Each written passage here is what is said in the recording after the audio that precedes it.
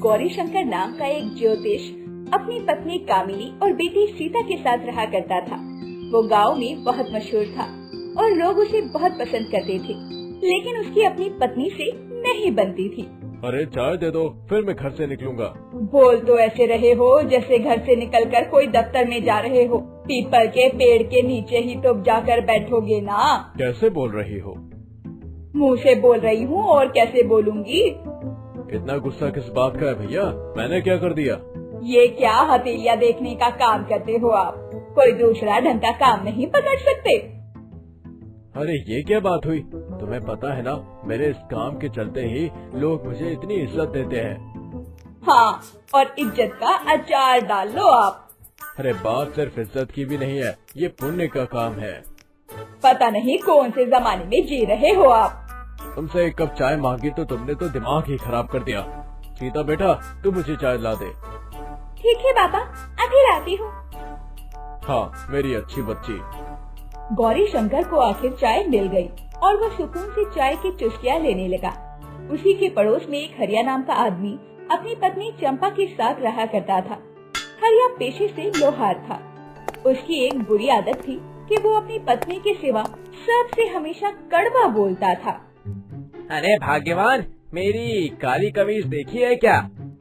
कमीज अलमारी में टंगी है, जहाँ हमेशा टांगती हूँ। तुम तो कुछ ढूंढ ही नहीं पाते हो। तुम्हें ढूंढ लिया ना, तो अब और कुछ ढूंढ कर क्या करूँगा? ओफो, आपको तो बस बातें बनाना आता है। और तुम्हें दीवाना बनाना आता है। अच्छा, अब बस भी करो। और सुनो, हाँ, आज जल्दी आना, मुझे बाजार जाना है। तुम कहो तो जाऊँ ही ना। चले जाओ वरना झाड़ू पड़ेगी। हरिया घर से निकला तो उसी समय गौरी शंकर भी अपने घर से निकल रहा था। अरे ज्योतिष महाराज, क्या हाल चाल है? ठीक हो? आपके नहीं, ग्राहकों के हाल चाल पूछ रहा था। वो अब बिना दूरबीन के ग्राहक देख लेते हैं ना, इसलिए सोचा पूछ लो। तुमसे तो एक बात भी करना फिजूली है हरिया। अरे गुस्सा क्यों कर रहे हो? पंडित आदमी को तो सिद्ध पुरुष होना चाहिए। आपकी तो नाक पर गुस्सा रखा है। चल जा यहाँ से, वरना तेरी दशा बिगाड़ दूंगा। हाँ हाँ, जा रहा हूँ।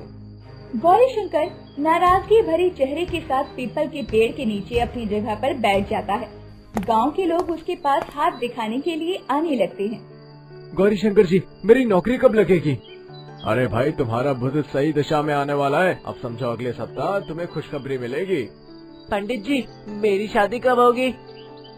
तुम्हारे ग्रह तो सब ठीक जगह पर है। इंतजार करो, अब बस किसी भी दिन लड़की मिल सकती है। अरे क्या बात कर दी, दिल खुश कर दिया आपने।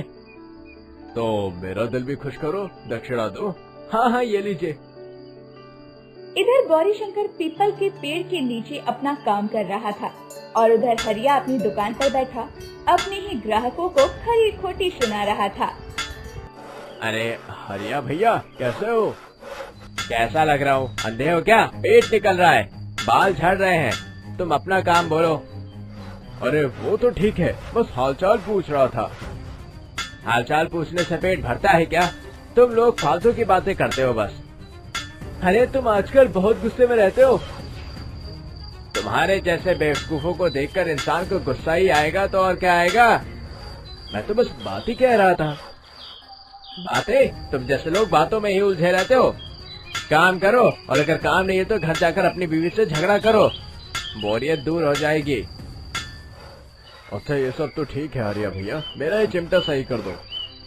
हाँ, आप कहीं ना काम की बात, लाओ इधर दो। काम तो सही चल रहा है तुम्हारा, तो क्यों चल रहे हो हमेशा? हाँ हाँ, चल ही रहा है तो कब तक दूसरों के काम में नजर लगाते रहोगे? अपना कुछ सोचा है कि नहीं? बस यही बकवासी करनी है तुम्हें। इससे बात करना मतलब अपनी बेइज्जती करवाना। चलो सच में, चलो भाग चलते हैं। अपना अपना काम निपटाकर हरिया और गौरी शंकर दोनों घर को लौट जाते हैं। शाम में सरपंच गौरी शंकर के घर हाथ दिखाने के लिए आता है।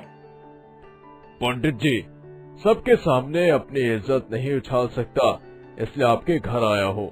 मेरी तबीयत ठीक नहीं चल रही है, तंगी का भी सामना कर रहा हूँ। जरा मेरा हाथ देखिए। सरपंच जी, ग्रहों की दशा इस वक्त सही नहीं है, आपको थोड़ा सतर्क रहना चाहिए। अरे अब क्या करो, पहले ही सब उल्टा हो रहा है।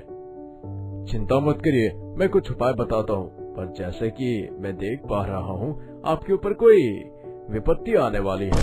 हे भगवान, कैसी विपत्ति? माल से संबंधित, लेकिन आप जल्दी से उपाय कर लीजिए, फिर सब ठीक हो जाएगा। गौरी शंकर ने सरपंच को उपाय बता दिया। सरपंच ने दक्षिणा दी और घबराया हुआ घर से बाहर निकला, पर तभी हरिया ने उसे देख लिया। अरे अरे सरपंच जी, कहाँ भागे जा रहे हो इधर उधर? मैं तो बस पंडित जी से मिलने आया था, अब घर जा रहा हूँ। घर क्यों जा रहे हो? चलो मेरे साथ बैठकर चाय पियेंगे। नहीं नहीं हरिया, बहुत देर हो गई है, मैं चलता हूँ। अरे आप हर समय कहते रहते हैं कि गांव वालों के लिए काम करते हैं, गांव वालों का पैसा कहाँ जाता है, बताओ तो सही। चाय तो पीते पीते बता देना। हरिया, ये क्या कह रहे हो तुम? मैं चोरी करता हूँ क्या?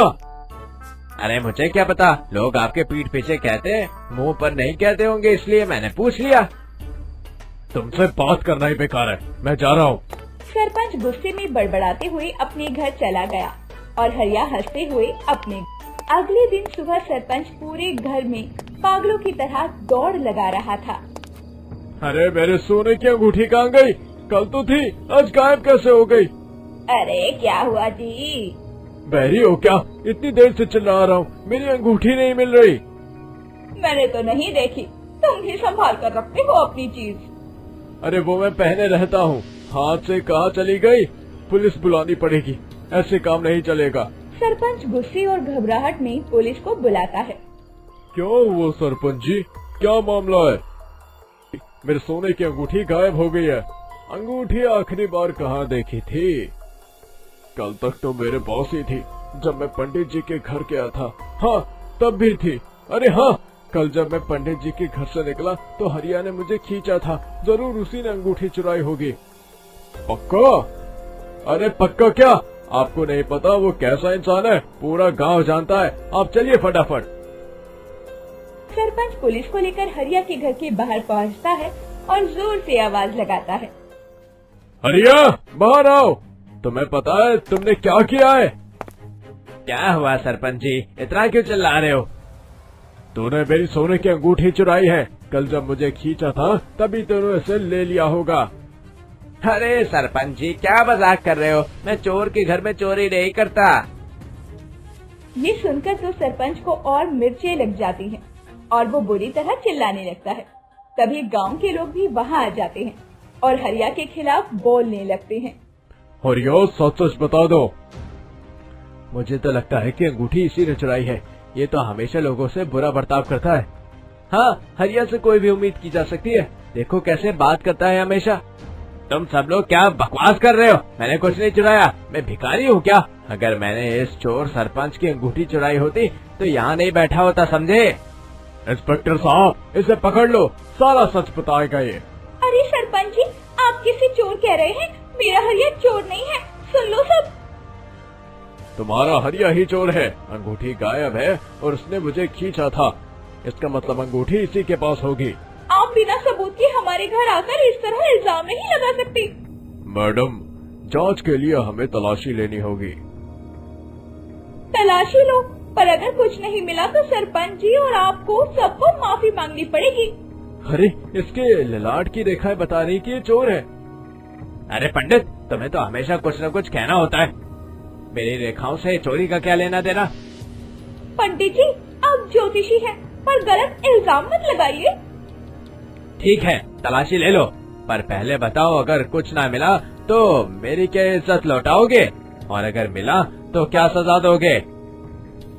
अगर अंगूठी मिलू तो जेल जाना पड़ेगा, और अगर नहीं मिली तो हम माफी मांगेंगे। ठीक है इंस्पेक्टर साहब। पुलिस उसके घर का हर एक कोना छान मारती है, पर उन्हें कुछ नहीं मिलता। तभी हरिया अचानक गौरी शंकर के कंधे पर लटका झोला उठाकर पलट देता है और उसमें से अंगूठी गिर पड़ती है। ये देखकर सब चौंक जाते हैं। ये कैसे हो सकता है? कल जब सरपंच जी आए थे तो उनके हाथ में अंगूठी थी। जब वो पंडित जी के घर से निकले तब अंगूठी गायब थी। मुझे तभी समझ आ गया था कि अंगूठी यहीं कहीं है, पर मुझे क्या पता था कि अंगूठी गिरी नहीं बल्कि चोरी हुई है। अरे सच में अंगूठी पंडित के झोले में कैसे गई? हाँ क्या कहोगे पंडित, मेरी रेखाओं ने ही तुम्हारी सच्चाई बता दी। अरे ये तो गलती से हो गया होगा, मुझे पता नहीं चला। तभी गौरी शंकर की बेटी बोल पड़ी। कल जब सरपंच चाचा आए थे तब बाबा ने उनका हाथ देखते देखते उनकी अंगूठी उतार ली थी। उन्होंने मुझसे कहा कि किसी को बताना मत, पर मैं झूठ नहीं बोलती, झूठ बोलना पाप होता है। गांव वाले सीता की बात सुनकर चौंक जाते हैं और गौरी शंकर को बहुत बुरा भला कहने लगते हैं। गौरी शंकर शर्म से सर झुका लेता है और सर झुकाकर खड़ा हो जाता है। मुझे माफ कर दो, मैंने गलती की। मैं बस अपनी पत्नी को खुश रखना चाहता था, क्योंकि मेरे ज्योतिषी के काम से इतने पैसे नहीं मिलते, इसलिए मैंने लालच में आकर ये किया। अब पछतावे का समय खत्म हो चुका है। गौरी शंकर, तुम्हें अपनी गलती की सजा भुगतनी होगी। पुलिस गौरी शंकर को पकड़कर ले जाती है और चंपा कहती है, जो जैसा दिखता है वैसा हमेशा नहीं होता, ज्योतिषी जी ही असली चोर निकले। सही कहा तुमने। लेकिन अगर आप अपने शब्दों में थोड़ी मिठास रखते तो लोग आपको गलत नहीं समझते। इसीलिए हमें सच्चाई के साथ मीठे वचन भी बोलने चाहिए, ताकि हमारी बात का सही अर्थ लोग समझ सकें और हमें गलत न समझें।